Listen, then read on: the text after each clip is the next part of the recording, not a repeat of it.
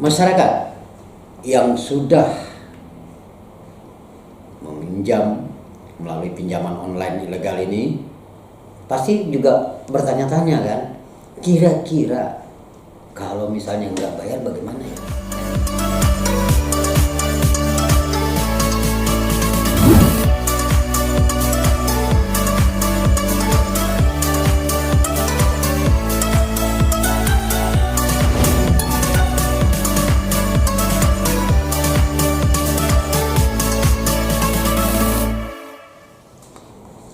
Salam sehat selalu buat kita semua dan sukses dalam kehidupan kita sehari-hari.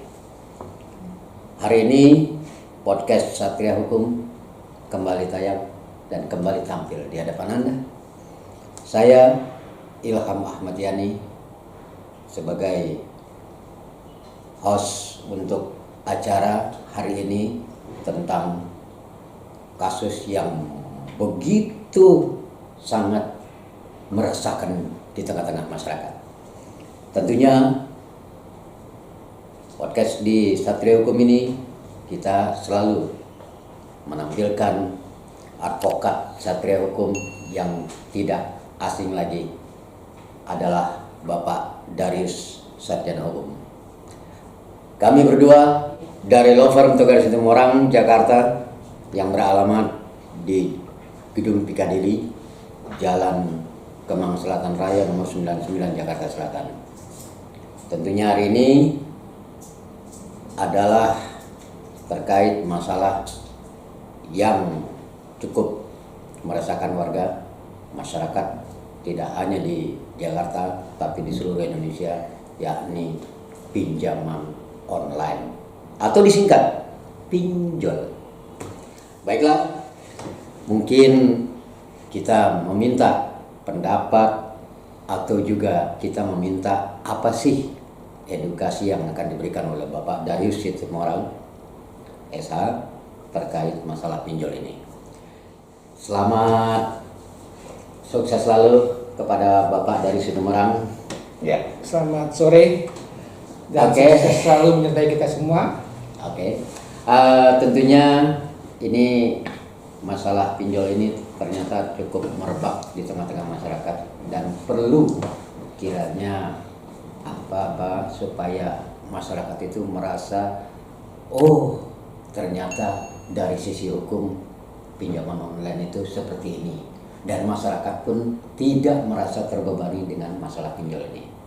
Nah, pertanyaan yang pertama adalah bagaimana kira-kira komentar Pak Darius Situmorang tentang terkait penggerebekan kantor pinjol yang dilakukan oleh aparat keamanan yaitu pihak kepolisian.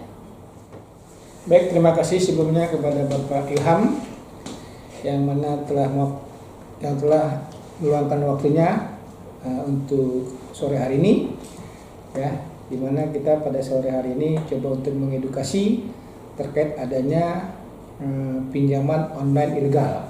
Ya.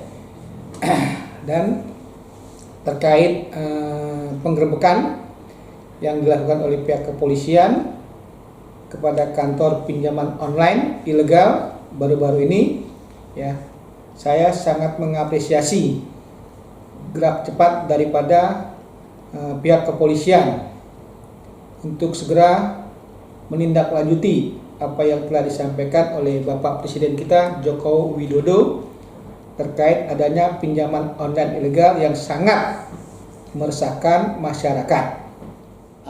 Kemudian ini mungkin masalah tentang hukum di Indonesia ini.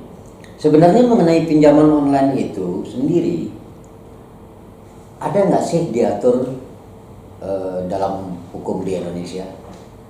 Untuk pinjaman online, ya, itu ada dasar hukumnya yang mana diatur, ya, dalam peraturan otoritas jasa keuangan, ya, dengan nomor 77 garing PJOK titik 01 garing 2016 tentang layanan pinjam meminjam uang berbasis teknologi informasi,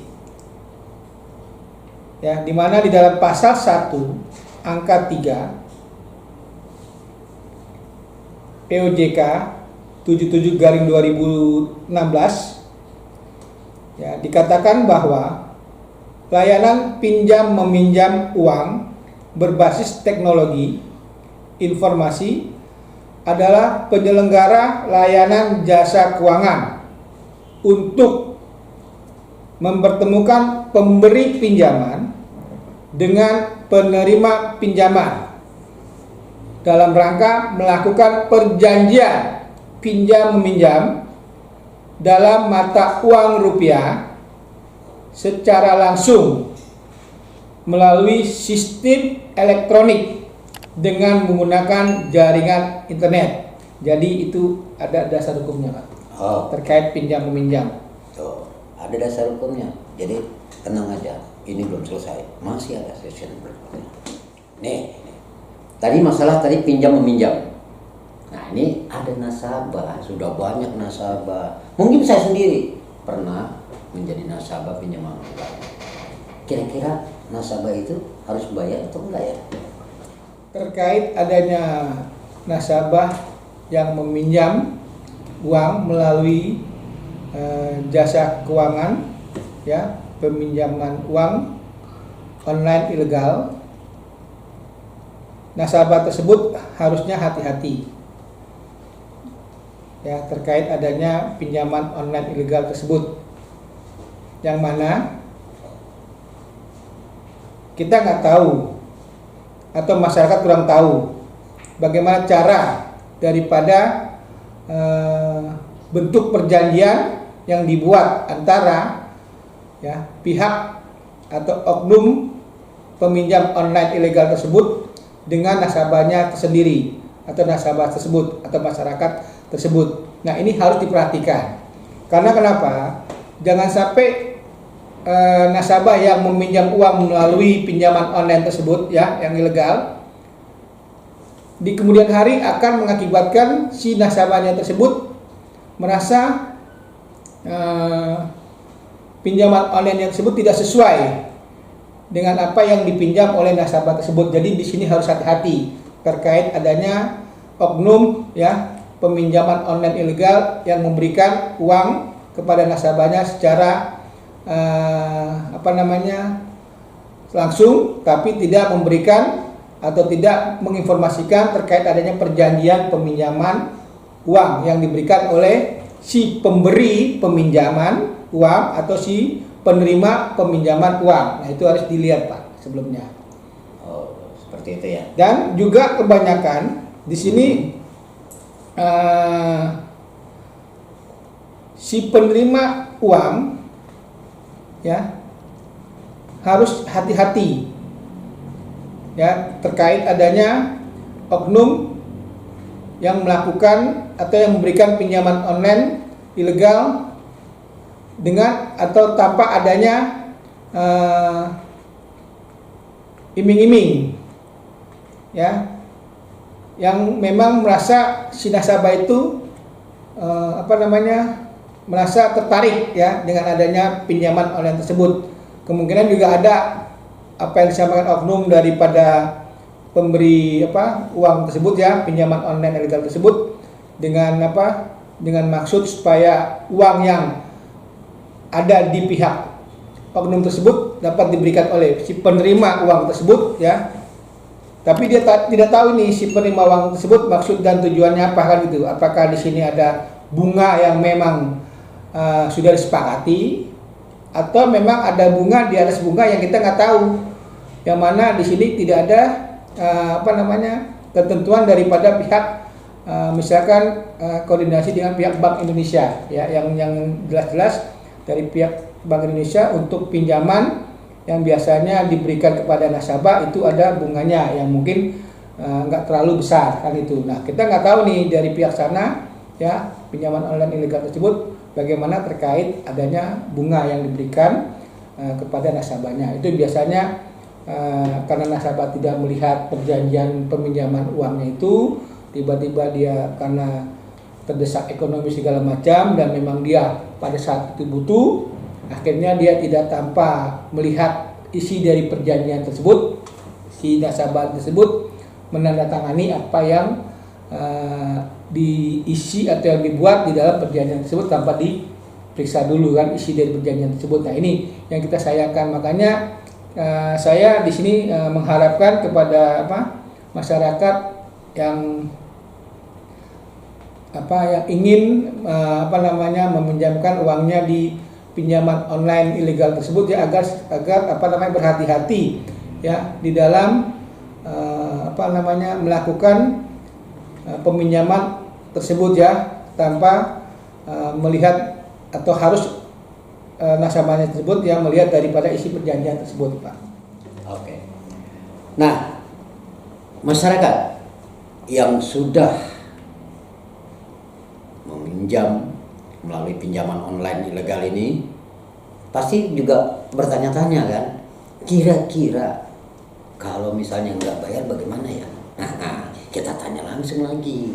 Kira-kira kalau misalnya masyarakat yang sudah meminjam dan tidak bisa bayar, itu bisa dipidanakan. Nah, kembali lagi terkait tadi namanya perjanjian, ya. Di sini kan seharusnya masyarakat harus lebih teliti, ya. Kalau memang dasarnya perjanjian, berarti masuknya ke ranah perdata, bukan pidana, ya. Dimana di dalam pasal 1338 KUHP, ya, dikatakan mengenai perjanjian ya, semua persetujuan yang dibuat sesuai dengan undang-undang ya berlaku sebagai undang-undang bagi mereka yang membuatnya. Persetujuan itu tidak dapat ditarik kembali selain dengan kesepakatan kedua belah pihak atau karena alasan-alasan yang ditentukan oleh undang-undang. Persetujuan harus dilaksanakan dengan etikat baik. Nah, kalau misalkan di dalam perjanjian tersebut ya, di mana perjanjian itu kan dibuat antara para pihak, Pak, ya kan? Nah, kalau misalkan perjanjian tersebut ya tidak adanya etikat baik yang disampaikan, ya, berarti perjanjian tersebut hanya bersifat sepihak, ya, tanpa pihak yang bersangkutan di dalam perjanjian tersebut ikut, ya, ikut coba untuk disampaikan terkait misalkan perjanjiannya memang ingin kedua belah pihak itu mengetahui, tapi hanya pihak pihak tertentu saja yang mengetahui tapi pihak lain nggak menyetujui. Nah, itu berarti kesepakatannya di dalam perjanjian itu tidak bisa dipenuhi, kan itu intinya. Nah, terkait masalah pinjaman online ilegal tersebut bisa dipidana, ya, kita lihat kembali. Nah, ini pidananya bagaimana? Masa sih ya perjanjian yang dibuat kok bisa dipidana, kan aneh. Kecuali kalau memang si nasabahnya itu ya dia tanda kutip nih, Pak, ya, dia kabur ya, terus tidak memberikan informasi kepada pihak yang dipinjamkan uangnya itu, ya, terus tidak diberikan keterangannya ya mengenai dia tidak bisa sanggup bayar, atau misalkan tanpa ada komunikasi kepada pihak peminjam uang tersebut ya. Nah, ini tergantung daripada pihak yang memberi uang tersebut. Kalau memang ada dasarnya penipuan, ya, ternyata orang tersebut yang meminjam uang tersebut identitasnya tidak sesuai ya apa yang disampaikan, bisa aja disampaikan kan itu, bisa aja pihak peminjam uang tersebut ya melaporkan bahwa adanya tindak pidana penipuan ya terkait apa yang sudah diberikan oleh si pemberi peminjaman tersebut kepada orang yang menerima pinjaman tersebut. Bisa aja, Pak, untuk pidananya. Yang penting dasarnya apa dulu kan gitu. Dasarnya dulu. Ya, kalau memang etikatnya baik, ya kan, ya nggak mungkin lah sampai ke pidana kan begitu. Iya. Nah, tapi kalau memang etikatnya nggak baik, ya dia hanya meminjam uang tapi tidak bisa menyelesaikan atau tidak bisa membayarkan, kan nggak boleh juga Pak. Ibaratnya saling memberi dan menerima kan gitu. Si pemberi kuasa memberikan uangnya kepada si penerima kuasa. Pemberi uang memberikan uang tersebut pada penerima uang tersebut. Tapi si penerima uang tidak mengembalikan lagi terkait apa yang sudah diberikan oleh si pemberi uang tersebut, peminjaman itu kepada orang tersebut. Nah itu kan nggak boleh juga. Nah, jadi harus ada etikat baik masing-masing lah dari si pemberi uang ya atau si peminjam uang sama si penerima uang atau si penerima peminjaman uang tersebut. Jadi harus ada etikat baik masing-masing. Ternyata dari pinjaman online ilegal ini, ya pokoknya dari pinjaman online inilah, pinjol ini, ternyata juga sama dengan beberapa yang lainnya, yaitu seperti kredit mobil, kredit motor, itu ada jasa penagihnya, yaitu yang orang bilang sih di tengah-tengah masyarakat namanya debt collector. Nah, boleh kita tahu sama Pak Darius, apakah debt collector itu bisa dipidanakan? Karena selama ini yang menjadi momok menakutkan masyarakat itu adalah debt collector. Mungkin dari pinjol ini ada debt collectornya juga. Menurut Pak Darius, debt collector ini bisa nggak nih dipenjarakan atau dipidanakan? Ini kembali lagi terkait peminjaman online ilegal ya. Tapi ini harus dibedakan lagi, yang biasa kita ketahui atau masyarakat ketahui ya, adanya informasi yang disampaikan oleh oknum ya, peminjaman online ilegal tersebut kepada si penerima peminjaman uang tersebut ya, dimana biasanya yang kita ketahui itu data-data daripada si nasabahnya itu ya, baik itu nomor telepon atau nomor kontak-kontak yang ada itu langsung salah gunakan sama pihak atau oknum peminjaman online tersebut ya, online ilegal tersebut ya. Yang mana kita ketahui ada di situ oknum tersebut ya yang menyebarkan ya berita-berita terkait si nasabahnya tersebut ya, dengan adanya mungkin ada yang dengan perkataan-perkataan yang tidak sesuai lah ya yang disampaikan, hingga akhirnya memalukan atau merasa si nasabah tersebut merasa nama baiknya merasa tidak bagus ya di mata keluarganya. Jadi dari pihak sana oknum peminjaman online tersebut ya menjelek-jelekan ya pihak nasabah tersebut terkait masalah peminjaman online-nya yang ilegal tersebut ya. Nah ini kita sangat menyayangkan kan gitu ya terhadap oknum tersebut ya. Kalaupun memang ibaratnya ada juga terkait yang tadi Bapak bilang ya, kayak model motor, mobil itu ada orang atau jasa penagih yang khusus gitu ya sebagai jasa penagih itu ya. Yang saya tahu biasanya sih memang ada ya, tapi enggak ini sama pihak debt collector gitu. Nah, bedanya di sini pihak pemakai peminjaman online ilegal tersebut ya, itu dia hanya diinformasikan di handphone milik daripada nasabahnya itu ya, dimana dari handphone yang disampaikan ke nasabahnya itu ya, perkataan-perkataan dari oknum tersebut ya sangat merugikan daripada pihak nasabahnya tersebut dengan menjelekkan nasabahnya ya, yang memang seharusnya itu tidak boleh ya, dan tidak bagus juga kan gitu untuk si nasabahnya. Karena kenapa, dengan adanya kayak gitu kan sedikit terganggu lah dia punya privasinya kan gitu ya. Dengan adanya penyampaian tidak sopan atau kata-kata yang kurang bagus lah ya, biasa begitu yang memang ibaratnya nggak sesuai lah sama norma-norma kita ya di Indonesia khususnya kan gitu. Oke, terima kasih Pak Darius. Tapi sebelum diakhiri Pak Darius, mungkin ada kesimpulan atau mungkin ada penyampaian kepada masyarakat agar masalah ini untuk supaya lebih berhati-hati lagi kepada masyarakat tentang pinjaman online. Apalah lagi sampai mengarah kepada pinjaman online ilegal. Baik, kembali lagi saya mengapresiasi apa yang pihak kepolisian ya dengan begitu gerak cepatnya ya melakukan penggerebekan ya dengan adanya kantor peminjaman online ilegal ya yang digerebek ya pada baru-baru ini ya, dan itu sangat buat saya baik sekali ya terhadap kinerja kepolisian yang telah langsung terjun ya dengan adanya peminjaman online ilegal yang meresahkan masyarakat ya.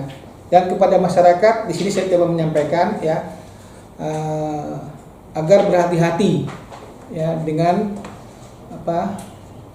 mencari peminjaman yang memang sesuai dengan apa yang ada di kita di Indonesia khususnya ya terkait adanya peminjaman yang mungkin ya yang ilegal lah, bukan yang ilegal ya, yang resmi lah ya kan gitu. Dimana kalau yang peminjaman resmi itu kan biasanya data-datanya juga jelas ya, tempatnya juga jelas ya, dan juga kita bisa langsung berhadapan sama orang yang jelas kan gitu. Yeah. Karena kan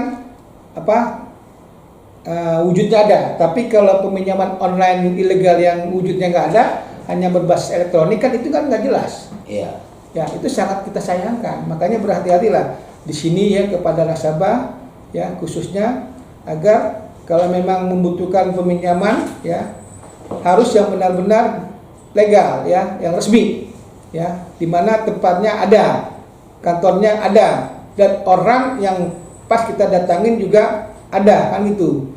Dan memang di dalam peminjaman uang tersebut tidak merugikan masyarakat. Nah ini yang kita coba ya sampaikan kepada masyarakat agar berhati-hatilah ya terkait peminjaman uang ya yang memang masyarakat itu perlu. Contoh kan banyak tuh ya yang kita lihat, bukannya kita berikan ya, ada namanya penggadean. Iya. Nah, kenapa nggak ke penggadean kan gitu kalau kita mau pinjam uang kan gitu? Menyelesaikan tabang. Nah, itu kan jelas ya. Dengan adanya dia ke penggadean, dia datang ke tempat tersebut ya, walaupun memang harus ada barang yang dititip di sana ya kan di penggadean, tapi kan jelas kapan nanti bapak ada duit bisa ambil kan gitu, atau ibu ya memerlukan uang kan gitu. Nah itu kan memang resmi kan gitu ya, legal. Tapi kalau yang nggak legal, yang tidak ilegal ya, yang bapak tahu mengenai peminjaman online ilegal ya menggunakan elektronik. Nah ini kan kita patut ya sangat disayangkan aja sih buat saya. Itu aja yang kita bisa sampaikan pada hari ini. Semoga edukasi pada hari ini ya yang kita sampaikan dapat bermanfaat bagi masyarakat semuanya. Demikian pada masyarakat semuanya, podcast hari ini, podcast dari Satria Hukum. Kami berdua dari Law Firm Togar Istimewa Jakarta tentunya mengucapkan selamat sukses kepada semuanya, dan jangan lupa selalu memakai masker, hand sanitizer selalu tersedia, dan tetap menjaga jarak karena untuk memutus mata rantai penyebaran COVID-19. Jangan lupa untuk podcast Satria Hukum ini like, subscribe, dan komen. Dan kepada semua pemirsa yang memberikan komen dan baik menurut kami, akan diberikan hadiah 100.000 dibagi kepada 4 orang komen terbaik. Silahkan kirim komentar Anda dan cantumkan nomor HP Anda. Salam.